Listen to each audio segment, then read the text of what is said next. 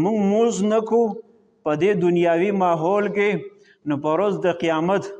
قرآن کریم کې الله جل شانو څه فرمایي فی جنات یتساءلون دا جنتیان به د جهنمیانو تماشه کوي څه چل به کوي داسې په دیوالونو به ورته ولاړي تماشه به کوي او لاندې به ګوري لاندې به څه کې ګوري هلکه پلان کې هم ښکته به جهنم کې دی نو دا جنتی بول آواز ورکړي پلان کیا داسې وي مفسرینو ذکر کړي هلکه پلان کیا ما سلککم فی سقر ته څنګه جهنم ته تللی ته څنګه جهنم ته داخل شوی په جهنم کې ته څنګه داخل شوی د لرې جنت نه به ورته آواز وکړي جنت نه به ورته څه وکړي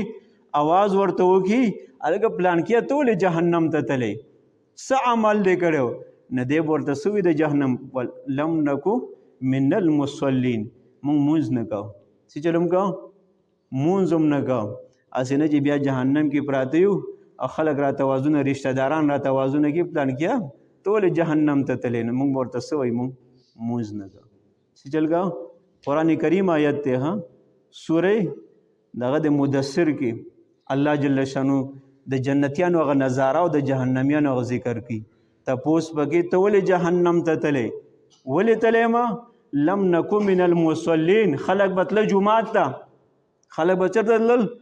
د الله کور ته د الله حکم ادا کولو لپاره به تلل او زه به ځان نه ووتم په قلاره ما به مونځ نه کوه مونځ کوونکو سره به ما خپل ځان په سب کې نه شاملو